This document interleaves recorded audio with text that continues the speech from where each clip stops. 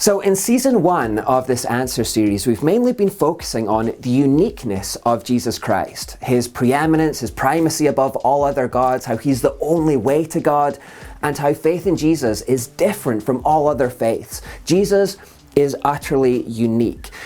And it's at this point that many atheists are going to step in and say, do you know what? You should just stop arguing about all of this stuff, because the truth is that the world would be better off without all of it. All of this God stuff, religion stuff. We should ban all of it. We should do away with all of it. And the world is going to be a better and more peaceful place to be. Which kind of begs the question, would the world be a better place to be without God? Or even the concept of God? Would we be living in peace and harmony? Remember, that's what John Lennon sang about in his famous song, Imagine. Imagine no religion, nothing to kill or die for, a brotherhood of man, the world living as one. This is the utopian dream of the atheist. Get rid of religion, get rid of God, and we'll all be living in peace and harmony. But the truth is that we don't need to wonder about what such a world would look like, because the experiment of a godless society has already been tried many, many times over. And in this episode, we're going to explore what the results were, what happened in those places. Based on the ideas of Karl Marx, the Soviet Union was the first state to have as its ideological objective the elimination of religion and its replacement with universal atheism. The communist regime confiscated religious property, ridiculed religion, harassed believers, and propagated atheism in schools. Vladimir Lenin led the revolution, and he was quickly followed by Joseph Stalin. But it's fair to say that what ensued in the Soviet Union under their godless dream was far from utopian. It's estimated that over 4 million citizens were killed by the regime during Lenin's short reign, and over 42 million were murdered during Stalin's era. Indeed, it's estimated that during the lifetime of the Soviet Union, around 60 million innocent civilians were killed by the regime. The Russian historian Alexander Solzhenitsyn was once asked to account for the sheer brutality that had overtaken his country in those days, and he said this: "Over half a century ago, while I was still a child, I recall hearing a number of old people offering the following explanation for the great disasters that had befallen Russia. Men have forgotten God. That's why all this has happened. Since then, I have spent well nigh 50 years working on the history of a revolution. In the process, I have read hundreds of books, collected hundreds of personal testimonies, and have already contributed 8 volumes of my own toward the effort of clearing away the rubble left by that upheaval. But if I were asked today to formulate as concisely as possible the main cause of that ruinous revolution that swallowed up some 60 million of our people, I could not put it more accurately than to repeat: men have forgotten God. That's why all this has happened." The great godless utopia that they envisioned instead turned out to be a hellish, brutal nightmare. The same ideology that inspired the Russians also inspired Chairman Mao Zedong in China. In the middle of the 20th century, he led a similar campaign to clear away what he called the 4 olds. These were old customs, old culture, old habits, and old ideas. Religion was, of course, part of the old world that he tried to sweep away. So he closed down all religious sites, he rounded up all religious leaders, and he had them all killed. The idea was to create a godless utopia. Like John Lennon, Chairman Mao imagined no religion, no hell below us and above us only sky.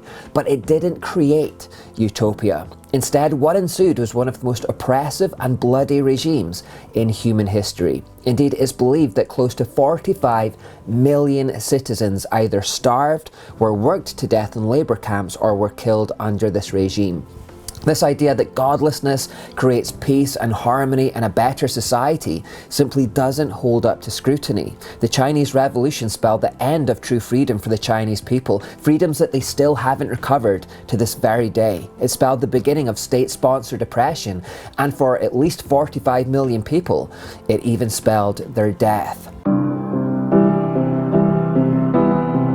Kim Il-sung was another who had the same idea of a godless utopia. So in 1948, he established the People's Republic of Korea, or as it's more commonly known, North Korea. Did North Korea then become a wonderful, peaceful and harmonious place full of joy and prosperity?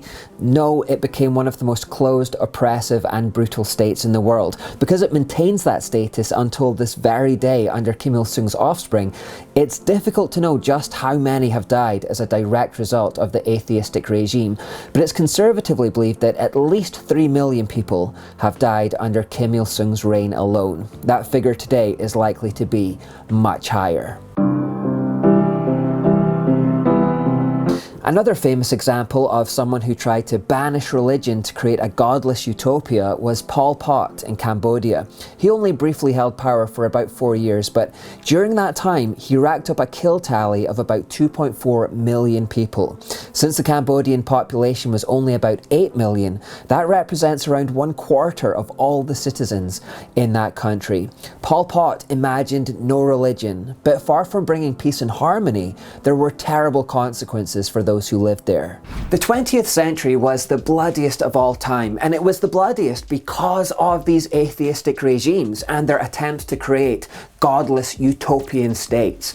I've only mentioned 4 examples in this video, but there have in fact been at least 28 attempts to create avowed godless societies, and these have been run by no more than 60 human leaders. And yet, Professor R.J. Rummel estimates that just this handful of atheistic regimes combined have been responsible for the deaths of around 110 million people.